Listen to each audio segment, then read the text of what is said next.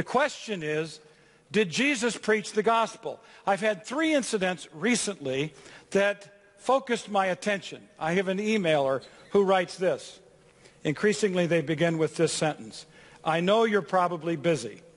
And I want to say, well, then don't bother me. If you have time, he says, I have a question about the gospel, and now I'm interested. I noticed that the gospel writers, he says, often include in their gospel the announcement that Jesus is the Messiah. My question, he asks, what is good news about the fact that Jesus is the Messiah? And I thought to myself, wow, the text has been buried under the interpretation. 2 weeks ago, John Piper gave a lecture at a big conference in which he asked this question.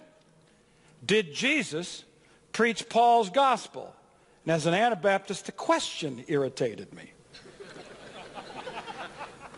But he examined Luke chapter 18's parable of the Pharisee and the tax collector, where we find the only instance of the word justified in the 4 Gospels, and he concludes, well, yes, Jesus did preach the gospel of Paul because he preached justification by faith, and John Piper suggested that Jesus may well have been teaching double imputation.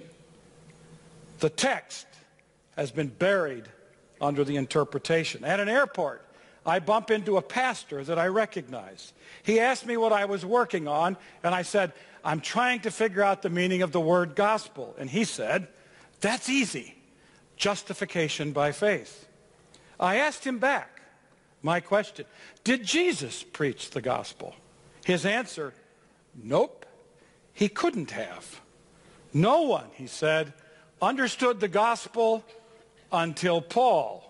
No one could understand the gospel until after the cross and the resurrection and Pentecost.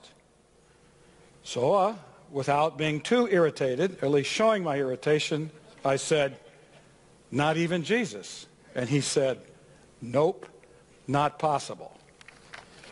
I said to myself, too bad for Jesus, born on the wrong side of the cross.